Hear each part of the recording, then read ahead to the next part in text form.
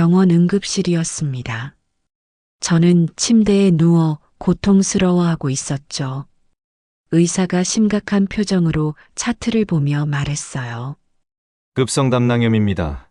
즉시 수술해야 합니다. 안 그러면 병원 복도에서 도연 부부가 수군거리는 소리가 들렸습니다. 며느리 미영이 짜증 섞인 목소리로 말했죠. 3천만 원이래요, 어머니. 현실을 보세요. 저희한테 그런 돈이 어디 있어요? 도연이 고개를 숙이며 절 외면했습니다. 엄마, 죄송한데 지금 제가 너무 힘들어서. 저는 떨리는 목소리로 아들을 바라봤어요. 도연아, 엄마가 그동안 너한테 얼마나 도와줬는지 알지? 도연이 차가운 눈빛으로 돌아봤습니다. 그건 어머님이 자발적으로 하신 거잖아요. 아들아, 어떻게 이럴 수가. 이야기 시작 전에 구독과 좋아요 버튼 한 번씩 꼭 부탁드립니다. 알림 설정까지 해두시면 새로운 영상이 올라올 때 가장 먼저 만나보실 수 있습니다. 이야기 들으시면서 떠오른 생각이나 감정을 댓글로 남겨주시면 감사한 마음으로 정성껏 인사드리겠습니다. 감사합니다. 이야기 시작합니다. 저는 김정순입니다. 올해로 70이 되었죠. 새벽 5시 수탉 울음소리에 눈을 뜹니다. 창문 너머로 보이는 산마루에 아침 해가 걸려 있었어요.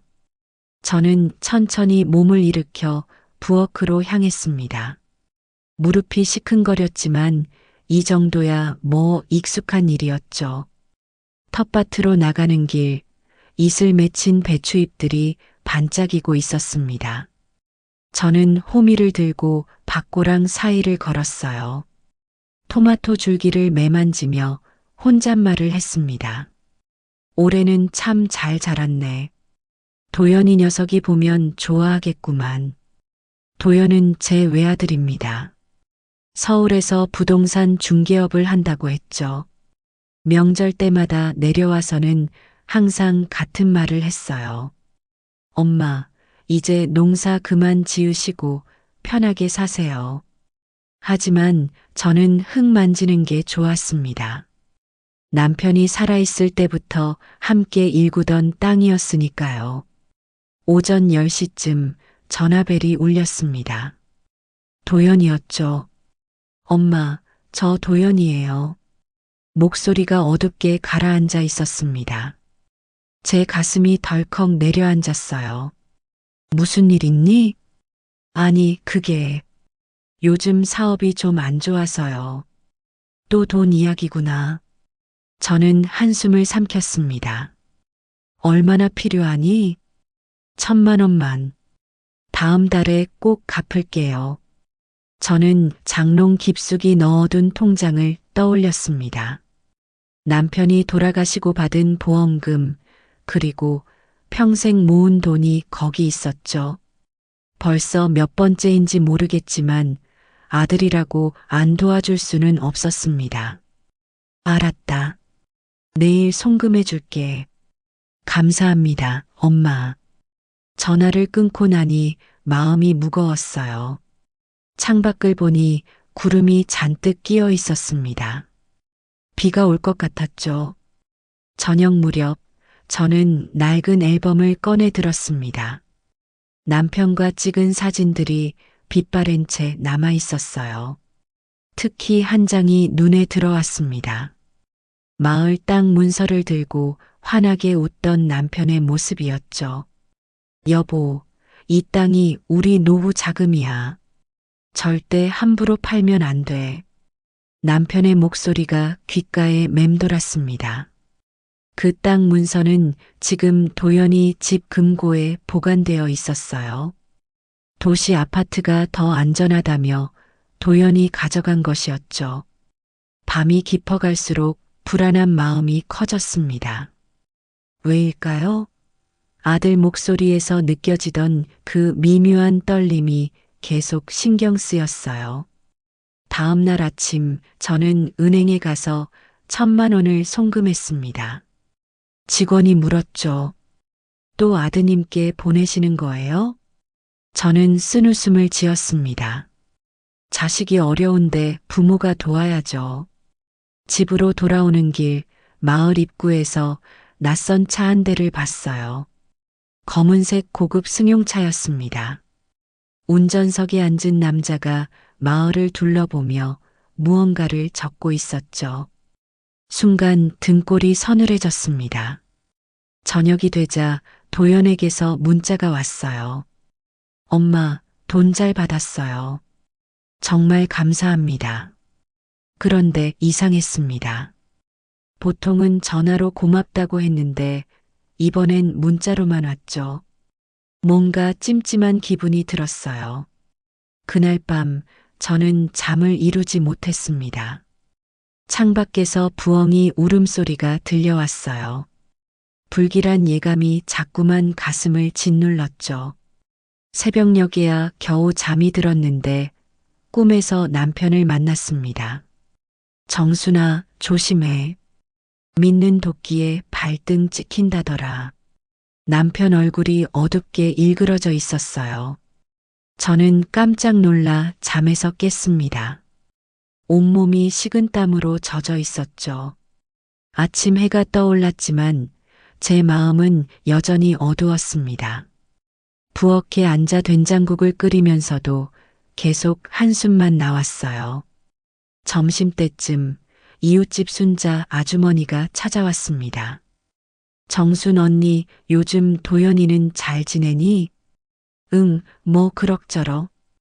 그래. 우리 아들 녀석이 서울에서 도연이를 봤다는데 꽤 큰 빚이 있다던데? 제 심장이 쿵 내려앉았습니다. 무슨 소리야? 아니, 그냥 들은 얘기라서. 괜한 소리 했나 봐. 미안해. 순자 아주머니가 황급히 돌아갔지만 저는 그 자리에 얼어붙은 듯 서 있었습니다. 큰 빚이라니. 도연이 그동안 빌려간 돈이 얼마였던가요? 셀 수도 없었죠. 저녁 무렵 저는 도연에게 전화를 걸었습니다. 신호음이 길게 이어졌어요. 한참 만에 전화를 받은 건 며느리 미영이었습니다. 어머니, 무슨 일이세요? 도연이 좀 바꿔줘. 지금 회의 중이라서요. 나중에 연락드릴게요. 뚝 전화가 끊겼습니다. 제 가슴 속에서 무언가가 타들어가는 것 같았어요. 그날 밤 저는 남편 사진을 꺼내 들고 중얼거렸습니다. 여보, 우리 아들이 변한 것 같아요. 예전 같지가 않아. 바람이 세차게 불어 창문이 덜컥거렸습니다. 마치 남편이 대답하는 것 같았죠. 다음 날 새벽 저는 이상한 꿈을 꾸었어요. 도연이 제 집에 들어와 뭔가를 뒤지고 있었습니다. 제가 무엇을 찾느냐고 물으니 도연이 섬뜩한 미소를 지으며 말했죠. 엄마 거는 다 제 거잖아요. 저는 비명을 지르며 잠에서 깼습니다. 악몽이었지만 너무나 생생했어요. 가슴이 미친 듯이 뛰었습니다. 아침이 되자 저는 결심했어요. 서울로 올라가 도연을 직접 만나봐야겠다고. 뭔가 잘못되고 있다는 느낌을 떨칠 수가 없었죠. 하지만 그때는 몰랐습니다. 제 인생에서 가장 큰 시련이 곧 시작될 거라는 걸. 아들이라고 믿었던 도연이 제게 어떤 일을 저지를지 상상조차 못했죠. 서울로 가려던 계획은 실행에 옮기지 못했습니다. 그날 오후 갑작스러운 복통이 저를 덮쳤거든요. 처음엔 그저 체한 줄 알았어요. 하지만 통증은 점점 심해졌습니다. 칼로 배를 도려내는 것 같았죠. 저는 마루에 쓰러져 신음했습니다. 아파. 다행히 옆집 순자 아주머니가 절 발견했어요. 빨래를 널러 왔다가 제 신음소리를 들었다고 했죠. 언니, 정순 언니, 정신 차려. 구급차가 왔고 저는 병원으로 실려갔습니다. 의식이 흐릿했지만 구급대원들이 주고받는 말이 들렸어요. 혈압이 너무 높아요. 빨리 가야 합니다. 병원 응급실 하얀 천장이 빙글빙글 돌았습니다. 의사들이 제 배를 누르며 뭔가를 확인했죠. 저는 고통스러워 계속 신음했어요. 검사가 끝나고 한참 뒤 의사가 심각한 표정으로 다가왔습니다. 보호자분이 오셨나요? 순자 아주머니가 대답했죠. 아들한테 연락했는데 오고 있대요. 의사가 고개를 끄덕이며 말을 이었습니다. 급성 담낭염에 담석증까지 있으십니다. 즉시 수술해야 해요. 제 머릿속이 하얘졌어요. 수술이라니. 수술비는 얼마나 드나요? 전체 치료비는 대략 3천만 원 정도 예상됩니다. 3천만 원. 제게 남은 돈으로는 턱없이 부족했죠. 도연에게 그동안 빌려준 돈이 벌써 수천만 원이었으니까요. 2시간쯤 지나서야 도연이 도착했습니다. 미영도 함께였죠. 도연 얼굴이 굳어 있었어요. 엄마, 괜찮으세요? 저는 고개를 끄덕였지만 속으로는 불안했습니다. 도연 표정이 평소와 달랐거든요. 의사가 도연을 불러 상황을 설명했습니다. 저는 멀리서 그들이 대화하는 모습을 지켜봤죠. 도연 얼굴이 점점 어두워졌어요. 잠시 후 도연이 제게 다가왔습니다. 엄마, 수술비가. 알아. 3천만 원이라며. 도연이 고개를 숙였어요. 한참을 말이 없더니 겨우 입을 열었습니다. 엄마, 죄송한데 지금 제가 너무 힘들어서. 제 가슴이 철렁 내려앉았어요. 무슨 소리니? 수술을 해야 한다잖아. 알아요. 하지만 정말 지금은 사업이 망해서 빚만 잔뜩이에요. 미영이 옆에서 거들었습니다. 어머니, 요즘 병원비가 너무 비싸요. 다른 방법을 찾아보는 게 어떨까요? 다른 방법? 제가 죽어가는데 다른 방법을 찾자고요? 저는 믿을 수가 없었습니다. 도연아, 엄마가 그동안 너한테 얼마나 도와줬는지 알지?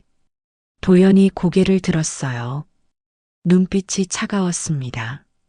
그건 엄마가 자발적으로 하신 거잖아요. 순간 제 안에서 뭔가가 툭 하고 끊어졌습니다.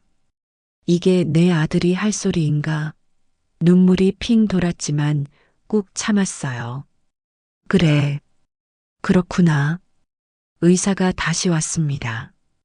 빨리 결정하셔야 합니다. 상태가 악화되고 있어요. 도연이 의사를 따라 나갔습니다. 미영도 함께였죠. 저는 병실에 홀로 남겨졌어요. 순자 아주머니가 제 손을 잡아줬습니다. 언니, 너무 상심하지 마. 방법이 있을 거야. 하지만 저는 알고 있었어요. 도연이 절 버렸다는 걸. 1시간쯤 지났을까요? 미영이 혼자 들어왔습니다. 손에 서류를 들고 있었죠. 어머니, 이거 좀 보세요. 요양원 입원 신청서였습니다. 저는 서류를 보며 손이 떨렸어요. 이게 뭐니? 수술 대신 요양원에서 요양하시는 게 어떨까 해서요. 거기서도 치료는 받을 수 있대요. 거짓말. 요양원에서 담낭염 수술을 해줄 리 없었죠. 미영은 그저 절 치워버리고 싶은 거였어요. 난 수술이 필요해. 의사가 그랬잖아. 어머니, 현실을 보세요. 저희한테 그런 돈이 어디 있어요? 미영이 밖으로 나갔습니다. 복도에서 누군가와 통화하는 소리가 들렸어요. 네, 계획대로 가고 있어요. 곧 될 것 같아요. 계획? 무슨 계획? 불안감이 제 온몸을 휘감았습니다. 밤이 되었어요. 복통은 더 심해졌고 열도 났습니다. 간호사가 진통제를 놓아줬지만 소용없었죠. 저는 홀로 어둠 속에서 신음했어요. 여보, 나 좀 도와줘요. 죽은 남편을 부르는 제 모습이 한심했지만 그것밖에 할 수 있는 게 없었습니다. 새벽 3시쯤 도연이 병실로 들어왔어요. 술 냄새가 났습니다. 엄마, 왔니? 죄송해요. 정말 제가 할 수 있는 게 없어요. 도연이 제 손을 잡았습니다. 하지만 그 손은 차가웠어요. 진심이 느껴지지 않았죠. 도연아, 엄마가 죽어도 괜찮니? 도연이 고개를 돌렸습니다. 그런 소리 하지 마세요. 하지만 표정은 달랐어요. 마치 빨리 끝났으면 좋겠다는 듯한 얼굴이었죠. 아침이 밝았습니다. 의사가 와서 최후 통첩을 했어요. 오늘 안에 수술하지 않으면 위험합니다. 도연이 고개를 저었습니다. 퇴원하겠습니다. 뭐라고요? 지금 환자 상태를 아십니까? 네, 알아요. 그래도 퇴원할게요. 의사가 황당한 표정으로 절 봤어요. 저는 그저 눈을 감았습니다. 더 이상 할 말이 없었죠. 점심때 퇴원 수속이 끝났어요. 저는 휠체어에 실려 병원을 나왔습니다. 차 안에서 미영이 말했죠. 어머니, 집에서 푹 쉬세요. 시골집으로 절 보내는 거였어요. 버리는 거나 다름없었죠. 차는 고속도로를 달렸습니다. 저는 뒷좌석에 누워 있었어요. 배는 여전히 아팠고 열도 내리지 않았죠. 하지만 도영과 미영은 아무 말도 하지 않았습니다. 2시간쯤 지나 시골집에 도착했어요. 도연이 절 부축해 집 안으로 데려다 줬습니다. 엄마, 약 여기 놔둘게요. 잘 드세요. 진통제 몇 알과 소화제뿐이었어요. 이걸로 담낭염이 나을 리 없었죠. 도연아? 하지만 도연은 이미 문을 나서고 있었습니다. 미영은 차에서 기다리고 있었죠. 어머님, 조금만 기다려요. 곧 다시 올게요. 거짓말. 저는 알고 있었어요. 다시 오지 않을 거라는 걸. 차가 떠났습니다. 먼지를 일으키며 멀어지는 차를 보며 저는 마당에 주저앉았어요. 무릎이 땅에 닿는 순간 참았던 눈물이 쏟아졌습니다. 아들아, 어떻게 이럴 수가 있니? 하늘이 노랗게 물들어갔어요. 저녁 노을이 제 눈물에 비쳐 붉게 번졌죠. 온몸이 떨렸습니다. 배신감과 분노, 그리고 절망이 뒤섞여 제 가슴을 찢어 놓았어요. 집 안으로 겨우 기어 들어간 저는 방바닥에 쓰러졌습니다. 온몸이 불덩이처럼 뜨거웠어요. 하지만 그보다 더 뜨거운 건 배신감이었죠. 약을 먹으려 했지만 손이 떨려 물컵을 놓쳤습니다. 물이 바닥에 쏟아졌어요. 저는 그 차가운 물웅덩이에 손을 대고 울었습니다. 밤이 깊어갔어요. 열은 더 올랐고 환각이 보이기 시작했습니다. 죽은 남편이 제 곁에 앉아 있는 것 같았죠. 정순아, 힘내. 아직 끝난 게 아니야. 저는 손을 뻗었지만 허공만 잡혔어요. 남편은 없었습니다. 그저 제 망상이었죠. 새벽녘 누군가 문을 두드렸어요. 힘겹게 일어나 문을 열었더니 지훈이 서 있었습니다. 도연의 아들, 제 손자였죠. 할머니. 지훈이 깜짝 놀라 절 부축했어요. 할머니, 왜 이래요? 얼굴이 너무 창백해요. 지훈아, 내가 왜 여기? 아버지가 할머니를 시골에 두고 왔다고 해서 뭔가 이상해서 왔어요. 지훈이 방으로 데려가 이불을 덮어줬습니다. 그리고 젖은 수건으로 제 이마를 닦아줬죠. 할머니, 병원에 가야 해요. 괜찮아. 그냥 좀 쉬면 돼. 하지만 지훈은 고개를 저었어요. 아니에요. 지금 당장 가야 해요. 지훈이 전화를 걸어 택시를 불렀습니다. 저는 다시 병원으로 실려갔죠. 이번엔 군내 작은 병원이었어요. 의사가 진찰을 하고는 심각한 표정을 지었습니다. 담낭이 터지기 직전이에요. 큰 병원으로 가셔야 합니다. 지훈이 제 손을 꼭 잡았어요. 할머니, 제가 돈 구해올게요. 걱정하지 마세요. 아니야, 지훈아. 내가 무슨 돈이 있니? 있어요. 제가 아르바이트해서 모은 돈이 있어요. 지훈이 나가고 저는 병실에 홀로 남았습니다. 창밖으로 아침 해가 떠오르고 있었어요. 새로운 날이었지만 제게는 여전히 어둠뿐이었죠. 1시간쯤 지났을까요? 복도에서 낯익은 목소리가 들렸습니다. 도연과 미영이었어요. 엄마가 또 병원에 왔다고? 지훈이 그 녀석이 괜한 짓을. 여보, 조용히 해요. 들릴라. 문이 열리고 도연 부부가 들어왔습니다. 표정이 못마땅해 보였죠. 엄마, 왜 또 병원에 오셨어요? 지훈이가 데려왔어. 내가 오고 싶어서 온 게 아니야. 미영이 한숨을 쉬었어요.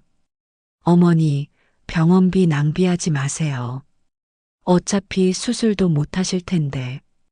제 속에서 분노가 끓어올랐습니다. 너희가 정말 사람이니? 어떻게 그런 말을. 그때 미영이 도연을 팔꿈치로 쿡 찔렀어요. 도연이 제게 다가왔습니다. 엄마, 사실은 엄마 명의로 된 시골 땅 있잖아요. 심장이 쿵 내려앉았어요. 드디어 본색을 드러내는구나. 왜? 그 땅이 왜? 그걸 팔면 병원비도 나오고 저희 빚도 갚을 수 있어요. 저는 고개를 저었습니다. 안 돼. 그건 내 아버지가 평생 모아서 산 땅이야. 미영이 끼어들었어요. 어머니, 땅이 중요해요.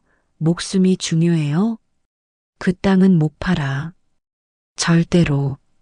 도연의 표정이 싸늘하게 변했습니다. 그럼 엄마는 그냥 죽어도 상관없다는 거예요? 충격적인 말이었어요. 제 아들 입에서 그런 말이 나오다니. 도연아? 됐어요. 엄마가 그렇게 고집 부리실 거면 저희도 어쩔 수 없네요. 도연 부부가 나가려는 순간 지훈이 들어왔습니다. 손에 봉투를 들고 있었죠. 아버지, 너 때문에 일이 복잡해졌어. 도연이 지훈을 노려봤어요. 지훈이 당황한 표정으로 물었습니다. 무슨 말씀이세요? 할머니는 이제 우리가 돌볼 수 없어. 내가 알아서 해. 도연 부부가 떠났습니다. 지훈이 충격받은 표정으로 절 봤어요. 할머니, 무슨 일이에요?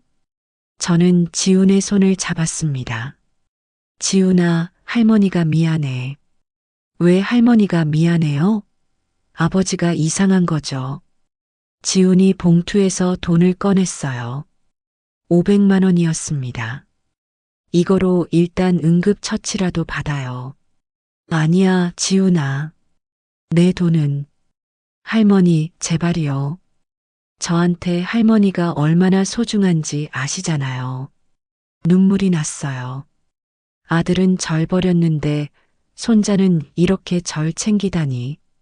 치료를 받고 조금 나아진 저는 지훈과 함께 집으로 돌아왔습니다.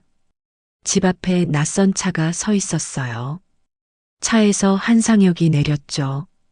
마을 출신 부동산 개발업자였습니다. 정순 아주머니, 오랜만입니다. 상혁이? 무슨 일이야? 상혁이 비즈니스 미소를 지었어요. 도연 씨가 연락하셨어요. 땅 매매건으로. 제 머리가 하얘졌습니다. 무슨 소리야? 나는 땅 안 팔아. 아주머니가 아시는지 모르겠지만 도연 씨가 이미 가계약금을 받았어요. 뭐라고? 상혁이 서류를 보여줬어요. 도연의 도장이 찍혀 있었죠. 이건 불법이야. 내 땅을 내 허락 없이. 맞아요. 그래서 아주머니 도장이 필요한 거죠. 저는 단호하게 고개를 저었습니다. 절대 안 찍어. 상혁의 표정이 차가워졌어요. 아주머니 현명하게 생각하세요. 도연 씨 빚이 얼만지 아세요? 10억이 넘어요. 10억? 숨이 막혔습니다. 거짓말. 거짓말이 아니에요. 그리고 그 빚 제가 다 인수했습니다. 무슨 뜻인지 바로 이해했어요.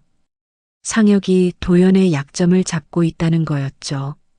아주머니가 땅을 안 팔면 도연 씨는 감옥에 가야 해요. 지훈이 끼어들었습니다. 그건 협박이잖아요. 협박이 아니라 현실이야, 얘야. 상혁이 떠난 뒤 저는 마당에 주저앉았어요. 하늘이 빙빙 도는 것 같았습니다. 그날 저녁 도연에게서 전화가 왔어요. 엄마, 상혁 씨 만났죠? 도연아, 어떻게 된 거니? 10억이라니. 죄송해요. 하지만 이제 방법이 그것뿐이에요. 내가 평생 지켜온 땅인데. 엄마, 저 좀 살려주세요. 제발이요. 전화기 너머로 미영의 목소리가 들렸어요. 빨리 도장 받아내요. 시간 없어. 전화가 끊겼습니다. 저는 전화기를 내려놓고 울었어요. 제 인생이 이렇게 끝나는구나. 밤이 깊었어요. 지훈이 제 곁을 지켜줬습니다. 할머니, 뭔가 방법이 있을 거예요. 지훈아, 할아버지가 그 땅을 얼마나 아꼈는지 아니? 알아요. 제가 어렸을 때 할아버지가 항상 말씀하셨잖아요. 맞아요. 남편은 그 땅을 목숨처럼 여겼죠. 그런데 이제 새벽 2시쯤 갑자기 남편이 했던 말이 떠올랐어요. 정순아, 만약 누가 땅을 노린다면 이 서류를 찾아. 내가 숨겨놨어. 서류? 무슨 서류? 저는 벌떡 일어났습니다. 지훈아, 손전등 좀 가져와. 할머니, 무슨? 빨리. 저희는 다락방으로 올라갔어요. 먼지 쌓인 상자들 사이를 뒤졌죠. 그리고 마침내 낡은 철제 상자를 발견했습니다. 상자를 열자 누렇게 변한 서류가 나왔어요. 제목을 보니 토지 매매 특약 계약서였습니다. 내용을 읽어보니 놀라웠어요. 이 땅은 마을 공동 개발을 위해서만 팔 수 있고 개인에게는 팔 수 없다는 조항이 있었죠. 남편과 마을 이장이 서명한 것이었습니다. 이거야. 이게 있으면. 지훈이 환하게 웃었어요. 할머니, 이거면 상혁이 못 건드려요. 하지만 기쁨도 잠시, 불안감이 밀려왔습니다.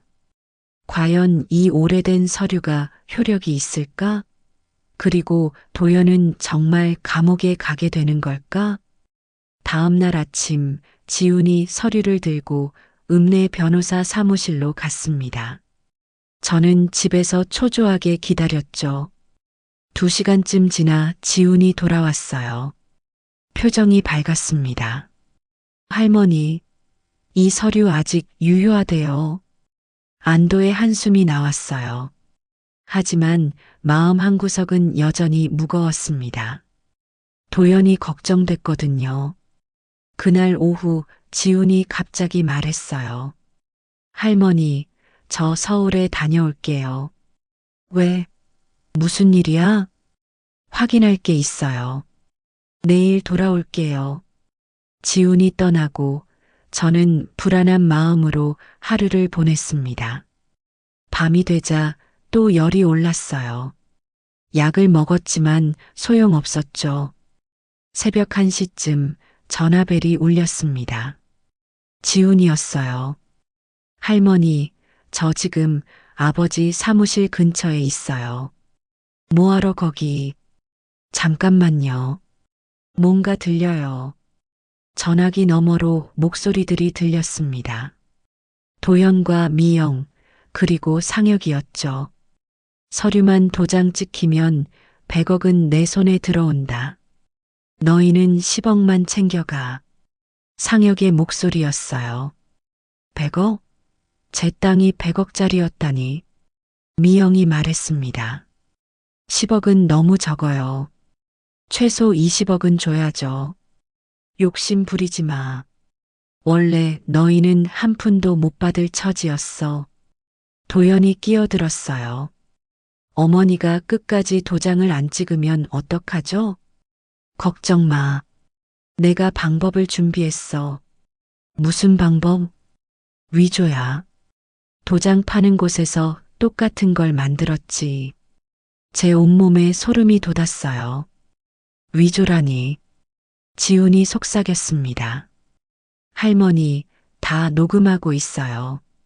지훈아, 위험해. 돌아와. 하지만 대화는 계속됐어요. 근데 노인네가 진짜 담낭염이 맞아? 꾀병 아니고? 상혁이 비웃듯 말했죠. 미영이 대답했어요. 진짜예요. 의사가 수술 안 하면 위험하다고 했으니까. 그럼 됐네.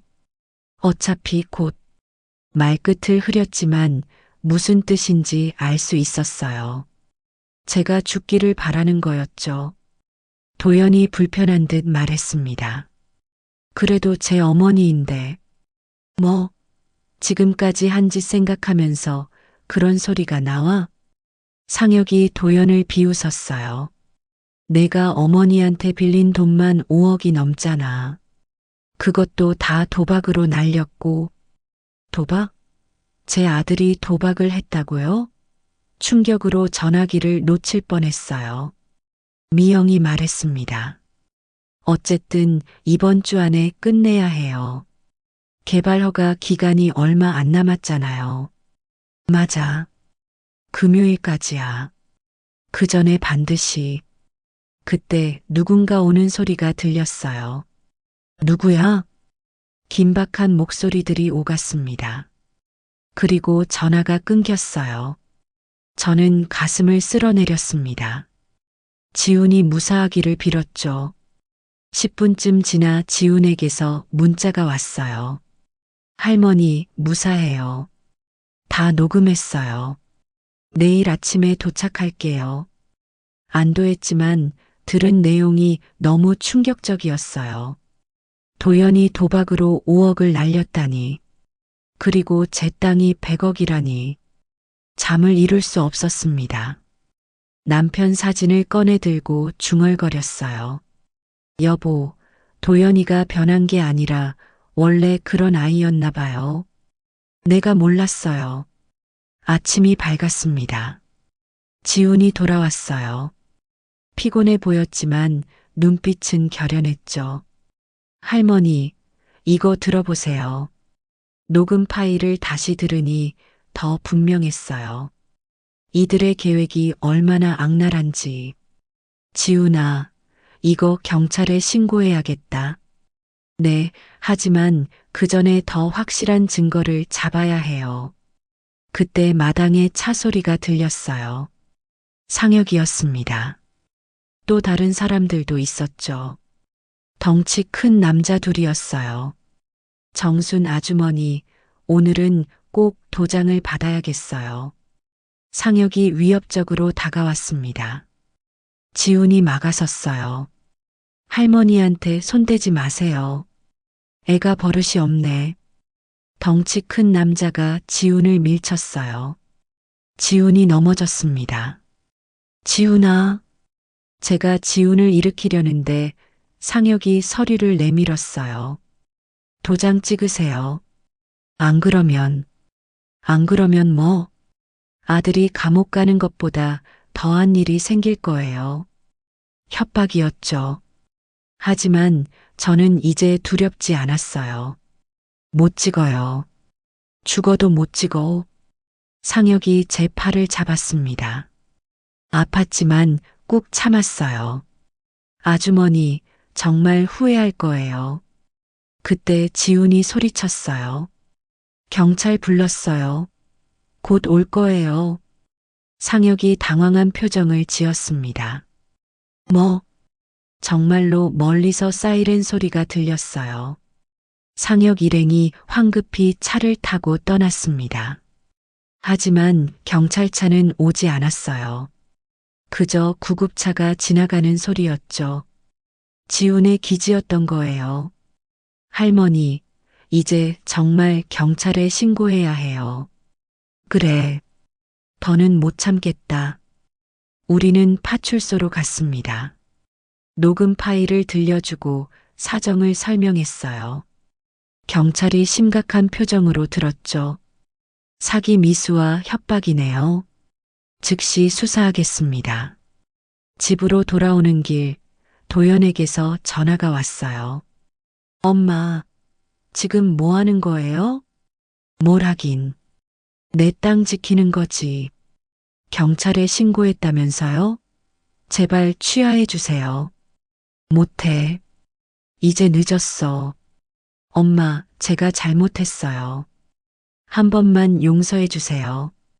이제 와서 용서를 구하다니. 저는 차갑게 말했습니다. 도연아, 내가 나한테 한 짓 생각해봐. 병든 엄마를 버리고 재산을 빼앗으려 했잖아. 그게 도박으로 5억을 날렸다며? 내가 피같이 모은 돈을. 도연이 말을 잃었어요. 엄마가 다 알고 있었어요? 이제 알았지. 너의 진짜 모습을. 전화를 끊었습니다. 가슴이 아팠지만 이게 맞는 일이었어요. 저녁이 되자 마을 사람들이 찾아왔습니다. 소문이 난 거였죠. 정순 씨, 상혁이, 그놈이 마을 땅 다 노리고 있었어. 이장님이 말했어요. 우리도 피해를 볼 뻔했는데 정순 씨가 막아줬네. 마을 사람들이 절 위로해줬습니다. 따뜻한 정이 느껴졌어요. 밤이 되었어요. 지훈이 제 곁을 지켜줬습니다. 할머니, 이제 괜찮을 거예요. 그래, 지훈아. 내가 있어서 정말 다행이야. 하지만 마음 한구석은 여전히 쓸쓸했어요. 아들을 잃은 것 같은 기분이었거든요. 다음 날 저는 마을을 걸었습니다. 평소처럼 밭일을 하려 했지만 몸이 따라주지 않았어요. 담낭염은 여전히 제 몸을 괴롭혔죠. 점심때쯤 마을회관에서 이상한 소리를 들었습니다. 상혁의 부하들이 와서 떠들고 있었어요. 이번 주 안에 다 정리된다니까. 곧 이 마을 싹 밀어버리고 아파트 올린다. 근데 그 할머니가 도장 안 찍으면 팀장님이 알아서 하시겠지. 위조든 뭐든. 제 심장이 쿵쿵 뛰었어요. 아직도 포기하지 않은 거였습니다. 집으로 돌아와 곰곰이 생각했어요. 그리고 깨달았죠. 이 싸움은 단순히 땅 문제가 아니었어요. 남편이 지키려 했던 마을 전체가 위험에 처한 거였습니다. 저는 옷장 깊숙이 숨겨둔 또 다른 상자를 꺼냈어요. 남편이 남긴 일기장이 있었죠. 일기를 읽어보니 남편의 마음이 느껴졌습니다. 이 땅은 우리 것이 아니다. 마을 모두의 미래를 위한 것이다. 정순아, 꼭 지켜줘. 눈물이 났어요. 남편은 이미 이런 날이 올 것을 예상했던 거였습니다. 그때 지훈이 헐레벌떡 들어왔어요. 할머니, 큰일 났어요. 무슨 일이니? 아버지가 아버지가 집에서 쫓겨났대요. 도연이 쫓겨났다고요? 지훈이 설명했습니다. 상혁이 빚 때문에 아버지 집을 압류했대요. 엄마도 아버지를 버리고 떠났고요. 미영이 도연을 버렸다니. 예상은 했지만 막상 듣고 보니 씁쓸했어요. 아버지가 지금 여기로 오고 있대요. 1시간쯤 지나 도연이 도착했습니다. 초췌한 모습이었어요. 예전의 거만함은 온데간데 없었죠. 엄마, 왜 왔니?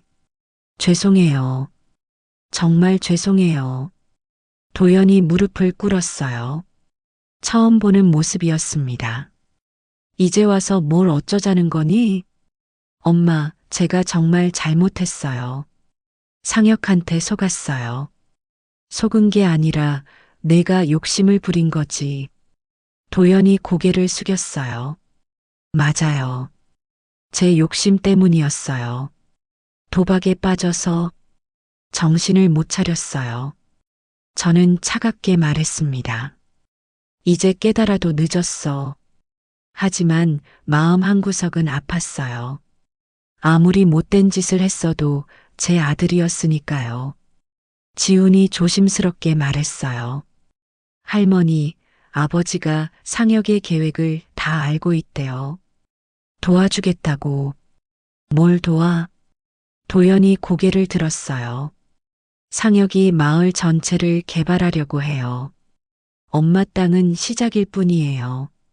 알고 있어. 하지만 더 큰 문제가 있어요. 상혁이 지방 정치인들과 손잡았어요. 이건 몰랐던 사실이었어요. 정치인까지 연루됐다니. 증거 있니? 있어요. 제가 가지고 있어요. 도연이 가방에서 서류 뭉치를 꺼냈어요.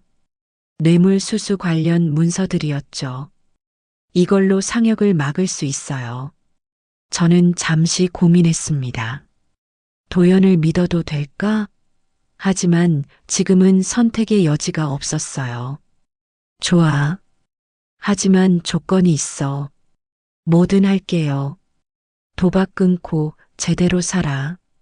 그리고 지훈이한테 좋은 아버지 되어줘. 도연이 눈물을 흘렸어요. 약속할게요. 정말로. 그날 밤 우리는 대책을 세웠습니다. 상혁의 계획을 완전히 무너뜨릴 방법을 찾아야 했죠. 새벽 2시쯤 갑자기 무언가 떠올랐어요. 맞다. 비밀 계약서. 뭐요, 엄마? 내 아버지가 또 다른 계약서를 숨겨뒀다고 했어. 어디 뒀는지 말 안 했지만 우리는 다시 수색을 시작했어요. 다락방, 헛간, 마루 밑까지. 그리고 마침내 우물 뚜껑 아래서 비닐에 쌓인 서류를 발견했죠. 그것은 마을 발전 기금 관련 계약서였어요. 이 땅을 팔 경우 매매 대금의 70%를 마을 발전 기금으로 내야 한다는 내용이었죠. 이거면 상혁이 땅을 사도 이익이 없어요. 지훈이 환호했어요. 도연도 안도의 표정을 지었죠. 아버지가 정말 대단하셨네요. 그제야 저는 깨달았습니다. 남편은 단순히 땅을 지키려 한 게 아니었어요. 마을 전체를 지키려 했던 거였죠. 다음 날 아침 저는 이장님을 찾아갔어요. 그리고 모든 사실을 털어놨습니다. 이장님이 놀라며 말했어요. 정순 씨 남편이 그런 준비를 해뒀다니. 정말 고마운 분이었네. 이제 마을 사람들과 힘을 합쳐야 해요. 그럼요. 당장 마을 회의를 소집하죠. 마을 회의가 열렸어요. 모든 주민이 모였습니다. 상혁의 계획을 듣고 모두 분노했죠. 그놈이 우리 마을을 통째로 팔아먹으려 했다니. 정순 씨가 막아줘서 다행이야. 마을 사람들이 힘을 모으기로 했어요. 모두가 제 편이 되어줬습니다. 저녁이 되자 상혁이 부하들을 데리고 나타났어요. 하지만 이번엔 달랐습니다. 마을 사람들이 모두 나와 있었거든요. 뭐야, 이게? 상혁이 당황했어요. 상혁아, 이제 그만해. 내 계획은 끝났어. 제가 계약서를 들어보였습니다. 상혁의 얼굴이 하얗게 질렸어요. 그게 어떻게 내 남편이 미리 준비해 둔 거야. 넌 처음부터 질 수밖에 없었어. 상혁이 물러간 뒤 우리는 본격적인 반격을 준비했습니다. 지훈이 녹음 파일과 서류들을 정리했어요. 도연도 자신이 가진 증거를 모두 내놓았죠. 이 정도면 충분해요. 지훈이 변호사와 통화했습니다. 고소장을 준비하기로 했어요. 하지만 저는 불안했습니다. 상혁이 그렇게 쉽게 포기할 사람이 아니었거든요. 역시나 다음 날 이상한 일이 일어났어요. 제 통장에서 돈이 빠져나간 거였습니다. 어떻게 이런 일이? 은행에 확인해 보니 제 도장과 신분증으로 돈을 찾아갔다고 했어요. 하지만 저는 집에 있었죠. 위조야. 상혁이 도장을 위조한 거예요. 도연이 주먹을 불끈 쥐었어요. 이제 정말 경찰에 신고할 때였습니다. 우리는 모든 증거를 가지고 경찰서로 갔어요. 대단한 사건이네요. 즉시 수사하겠습니다. 형사가 진지하게 서류를 검토했습니다. 그런데 그때 미영이 나타났어요. 어머니, 내가 왜 여기? 할 말이 있어요. 미영이 도연을 보더니 비웃었습니다. 당신도 참 바보야. 상혁한테 이용만 당하고. 뭐? 상혁이 처음부터 당신을 버릴 계획이었어. 나한테 다 말했거든. 충격적인 폭로였어요. 미영이 가방에서 녹음기를 꺼냈습니다. 이거 들어봐. 녹음 파일에는 상혁과 미영의 대화가 담겨 있었어요. 도연은 그냥 바지 사장이야. 일 끝나면 처리할 거니까 신경 쓰지 마. 어머니는요? 늙은이는 알아서 없어질 거야. 담낭염이 심하다며? 소름 끼치는 대화였습니다. 그들은 제가 죽기를 기다리고 있었던 거예요. 미영이 말했어요. 나도 속았어요. 상혁이 나한테도 거짓말했어. 그래서 이제 와서 이러는 거니? 어머니, 저도 피해자예요. 도와주세요. 저는 한숨을 쉬었어요. 미영도 결국 상혁에게 이용당한 거였군요. 좋아. 하지만 내가 한 짓은 용서 못해. 알아요. 벌 받을게요. 형사가 미영의 녹음 파일도 증거로 확보했습니다. 이제 상혁은 꼼짝없이 잡힐 거였어요. 집으로 돌아오는 길, 지훈이 갑자기 무언가 발견했습니다. 할머니, 저기 보세요. 밭 한 구석에 낯선 기계가 설치되어 있었어요. 측량 장비였죠. 상혁이 벌써 측량을 시작했나 봐요. 우리는 장비를 치웠습니다. 그리고 주변을 더 살펴봤어요. 곳곳에 표시가 되어 있었죠. 이 정도로 준비했다니 상혁의 계획이 얼마나 치밀했는지 알 수 있었어요. 그날 밤 변호사에게서 전화가 왔습니다. 좋은 소식이에요. 가처분 신청이 받아들여졌어요. 뭐가요? 이제 상혁은 그 땅에 손도 못 대요. 법원이 막았거든요. 드디어 한숨 돌릴 수 있었어요. 하지만 안심하기엔 일렀죠. 새벽 3시쯤 이상한 소리에 잠이 깼어요. 밖에서 부스럭거리는 소리가 났죠. 조심스럽게 창문으로 내다봤더니 검은 옷을 입은 사람들이 집 주위를 어슬렁거리고 있었어요. 도둑? 아니었어요. 그들은 뭔가를 찾는 것 같았습니다. 아마도 비밀 계약서를 찾으러 온 모양이었죠. 저는 조용히 지훈을 깨웠어요. 지훈아, 조용히. 밖에 누가 있어? 지훈이 핸드폰으로 동영상을 찍기 시작했습니다.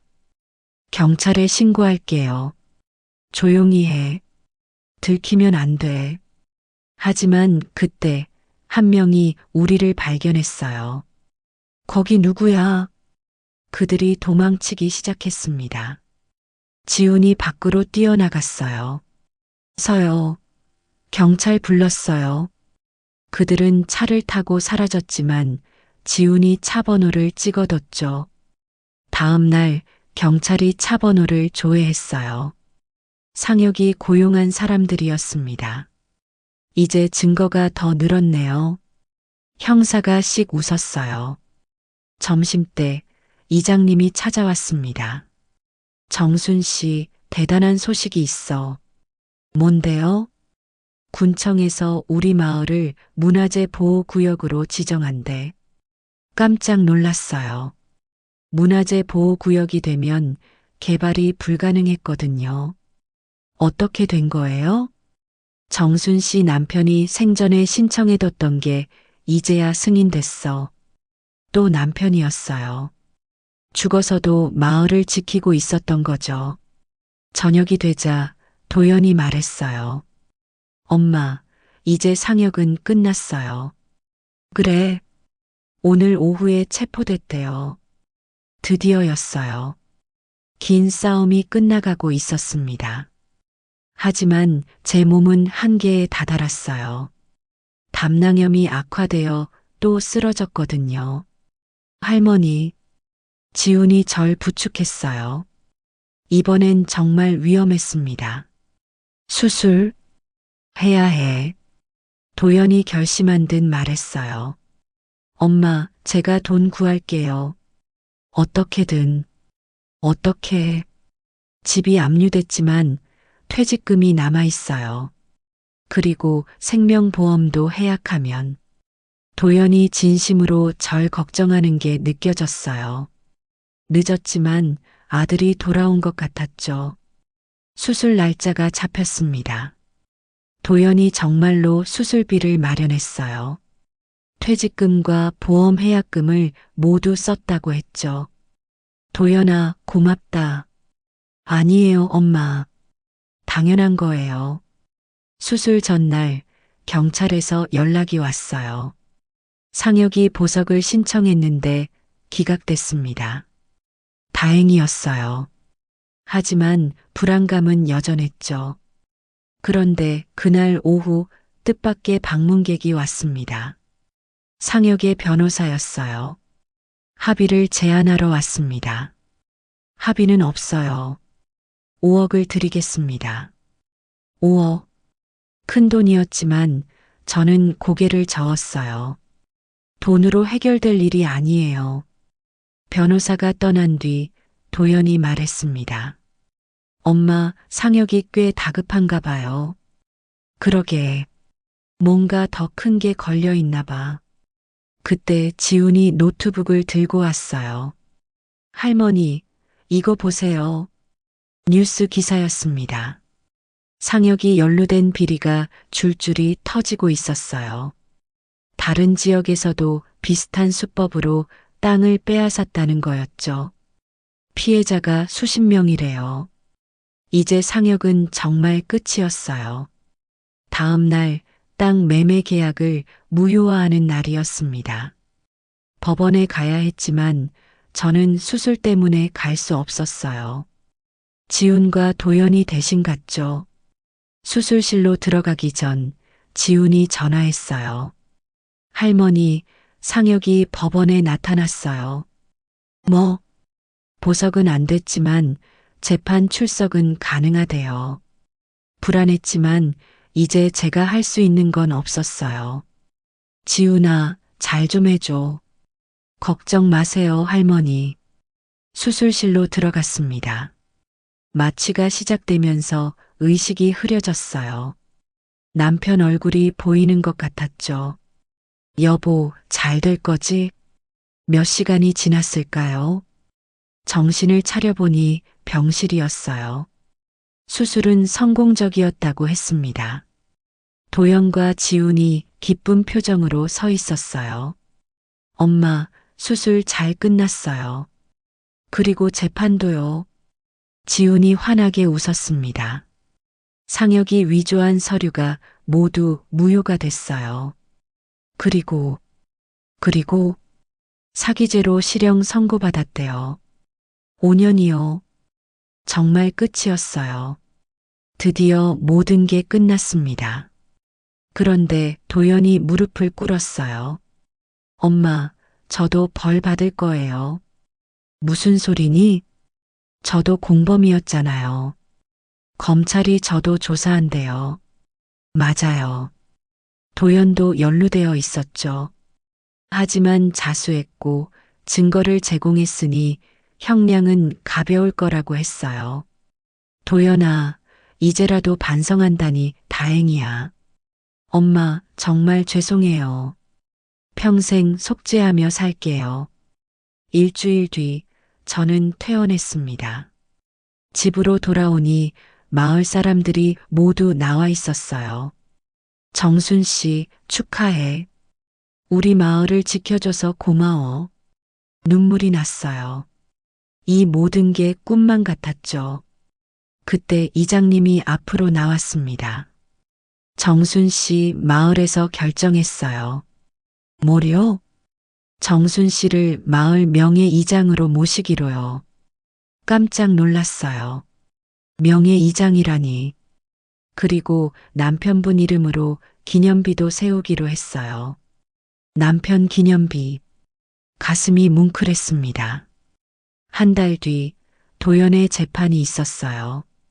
집행유예를 받았습니다. 다행이었죠. 엄마, 이제 새로 시작할게요. 도연은 작은 회사에 취직했어요. 월급은 적었지만 성실하게 일했죠. 미영도 벌금형을 받았어요. 그리고 도연과 이혼했죠. 하지만 지훈은 가끔 엄마를 만났어요. 어느 날 지훈이 물었습니다. 할머니, 이제 행복하세요? 그럼, 너무 행복해. 정말이었어요. 고생은 했지만 결국 모든 게 제자리를 찾았으니까요. 하지만 가장 큰 수확은 따로 있었어요. 도연이 돌아왔다는 거였죠. 늦었지만 진짜 아들을 되찾은 기분이었어요. 계절이 바뀌었습니다. 겨울이 가고 봄이 왔어요. 제 건강도 완전히 회복됐죠. 다시 밭일을 시작했습니다. 도연이 주말마다 내려왔어요. 밭일을 도와주며 땀을 흘렸죠. 엄마, 이거 심을까요? 그래, 거기에 심어. 부자 사이가 예전처럼 돌아온 것 같았어요. 지우는 대학을 졸업했습니다. 그리고 놀라운 결정을 했죠. 할머니, 저 여기서 청년 사업 시작할래요. 여기서? 시골에서? 네. 우리 마을을 체험 관광지로 만들고 싶어요. 지훈의 눈이 반짝였어요. 진심이었죠. 마을 사람들도 지훈의 계획을 지지했습니다. 젊은 사람이 마을에 남겠다니 모두 기뻐했어요. 지훈이가 우리 마을의 희망이야. 이장님이 웃으며 말했죠. 지훈은 열심히 준비했어요. 펜션을 짓고 체험 프로그램을 만들었죠. 제 밭도 체험 농장으로 활용하기로 했어요. 할머니가 직접 농사 체험 선생님 해주세요. 내가 뭘 가르쳐? 할머니만큼 농사 잘 짓는 사람이 어디 있어요? 지훈 덕분에 마을이 활기를 되찾았습니다. 관광객들이 찾아오기 시작했어요. 어느 날 특별한 손님이 왔습니다. 상혁의 어머니였어요. 정순 씨, 어머님, 어쩐 일이세요? 미안해요. 우리 아들이 큰 잘못을 했네요. 상혁 어머니가 고개를 숙였어요. 늙은 어머니의 마음이 얼마나 아플까 싶었죠. 어머님 잘못이 아니에요. 그래도 정말 죄송해요. 상혁 어머니가 봉투를 내밀었어요. 이게 뭐예요? 피해 보상이라도 하고 싶어서 받아주세요. 저는 고개를 저었습니다. 됐어요. 이제 다 끝난 일이에요. 하지만 상혁 어머니는 봉투를 두고 갔어요. 나중에 보니 5천만 원이 들어 있었죠. 저는 그 돈을 마을 발전 기금으로 기부했습니다. 제 돈이 아니라고 생각했거든요. 여름이 되자 마을 축제가 열렸어요. 지훈이 기획한 첫 번째 축제였죠. 할머니, 개회사 해주세요. 내가 무슨. 하지만 마을 사람들이 모두 박수를 쳤어요. 저는 마이크를 잡았습니다. 여러분, 우리 마을에 오신 걸 환영합니다. 떨렸지만 최선을 다했어요. 이 마을은 제 남편이 목숨처럼 지키려 했던 곳이에요. 이제 우리 모두가 함께 지켜나가고 있죠. 사람들이 박수를 쳤어요. 저는 하늘을 올려다봤습니다. 여보, 보고 있어요? 우리가 해냈어요. 구름 사이로 햇빛이 비쳤어요. 남편이 웃고 있는 것 같았죠. 축제는 성공적이었습니다. 많은 사람이 찾아왔고 마을은 생기로 가득했어요. 가을이 되었어요. 수확의 계절이었죠. 올해는 풍년이었습니다. 도연이 이를 도우며 말했어요. 엄마, 올해 정말 많이 났네요. 그러게. 하늘이 도와준 것 같아. 우리는 함께 별을 베었어요. 황금빛 들판이 아름다웠습니다. 저녁이 되자 온 가족이 모였어요. 도현, 지훈, 그리고 미영도 왔죠. 이혼했지만 명절엔 함께 했거든요. 할머니, 건배해요. 지훈이 막걸리를 따랐어요. 뭘로 건배하지? 새로운 시작이요. 모두가 잔을 들었습니다. 새로운 시작? 정말 새로운 시작이었어요. 아픔을 딛고 일어선 우리 가족의 새 출발이었죠. 밤이 되자 저는 남편 사진 앞에 앉았어요. 여보, 이제야 내가 지켜냈어요.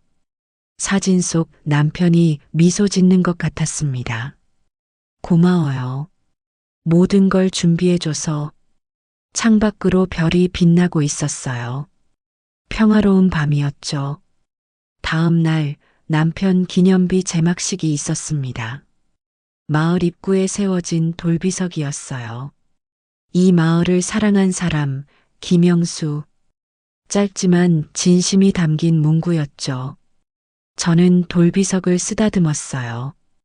여보, 이제 영원히 마을을 지켜주세요. 바람이 불었습니다. 나뭇잎이 살랑거렸어요. 남편이 대답하는 것 같았죠. 시간이 흘렀어요.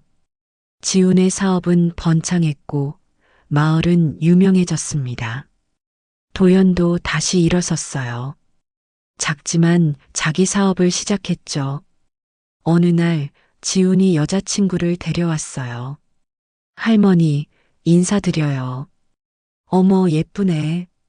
젊은 연인들을 보니 흐뭇했어요. 생명은 계속 이어지는 거였죠. 저는 여전히 밭일을 했습니다. 하지만 이제는 혼자가 아니었어요. 가족이 있었고 마을 사람들이 있었죠. 어느 봄날 저는 밭에서 일하다 하늘을 올려다봤어요. 구름이 천천히 흘러가고 있었죠. 참 좋다. 진심으로 그렇게 느꼈어요. 살아있다는 게, 이 땅을 지켰다는 게, 가족과 함께 한다는 게, 고생은 했지만 결국 행복을 찾았습니다. 배신도 있었고 아픔도 있었지만 그 모든 게 저를 더 강하게 만들었어요. 이제 저는 알아요. 진짜 재산은 돈이나 땅이 아니라는 걸, 사랑하는 사람들과 함께하는 시간, 그게 진짜 보물이라는 걸요. 해가 저물어 갑니다. 노을이 온 마을을 붉게 물들이고 있어요. 저는 집으로 걸어갑니다. 저녁 준비를 해야죠. 오늘도 가족들이 모일 거예요. 할머니, 뭐 해 드실래요? 지훈이 부엌에서 묻습니다. 된장찌개가 좋겠다. 알았어요. 저는 마루에 앉아 마을을 바라봅니다. 평화롭고 아름다운 우리 마을. 이제는 정말 안전해요. 누구도 이곳을 빼앗을 수 없죠. 남편이 하늘에서 지켜봐주고 가족들이 함께하고 마을 사람들이 힘을 모으니까요. 이것이 제 이야기입니다. 시골 할머니의 작은 승리 이야기. 하지만 그 속에는 큰 의미가 있어요. 포기하지 않으면 이길 수 있다는 것, 진실은 반드시 밝혀진다는 것, 그리고 가족의 사랑은 어떤 시련도 이겨낼 수 있다는 것. 저는 오늘도 감사하며 살아갑니다. 내일도 그럴 거예요. 이 땅에서 사랑하는 사람들과 함께. 오늘 이야기 함께 해주셔서 정말 감사합니다. 구독과 좋아요는 영상을 만드는데 큰 힘이 됩니다. 이야기 들으시면서 떠오른 생각이나 감정을 댓글로 남겨주시면 감사한 마음으로 인사드리겠습니다. 그럼 다음 이야기에서 또 뵙겠습니다.